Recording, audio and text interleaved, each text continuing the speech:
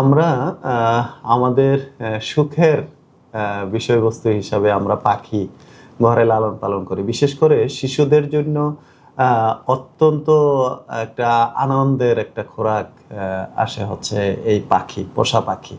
এবং বিভিন্ন কারণে আমরা একই ঘরে আসলে পাখি আমরা রাখি এবং আমরা একই ঘরে থাকি। তো সেই ক্ষেত্রে কিছু কিছু রোগ ব্যাধি পাখির মাধ্যমে কিন্তু মানুষের মধ্যে চলে আসতে পারে। এই বিষয়ে আসলে আমাদের সচেতনতা দরকার। পাশাপাশি পাখির পশম খুব সহজে কিন্তু ছড়িয়ে ছিটে যায় এবং আমাদের যদি হাঁপানি থাকে বা অ্যালার্জির সমস্যা থাকে বা এই ধরনের কোনো সমস্যা থাকে, তাহলেও কিন্তু আমরা কিছুটা ঝুঁকির মধ্যে থাকি। তো এই বিষয়েও সবাইয়ের আসলে সচেতনতা দরকার। আমরা পাখিকে আমরা একসাথে কিভাবে আসলে পাখির সাথে আমরা আনন্দ ভাগাভাগি করব বা একসাথে থাকবো।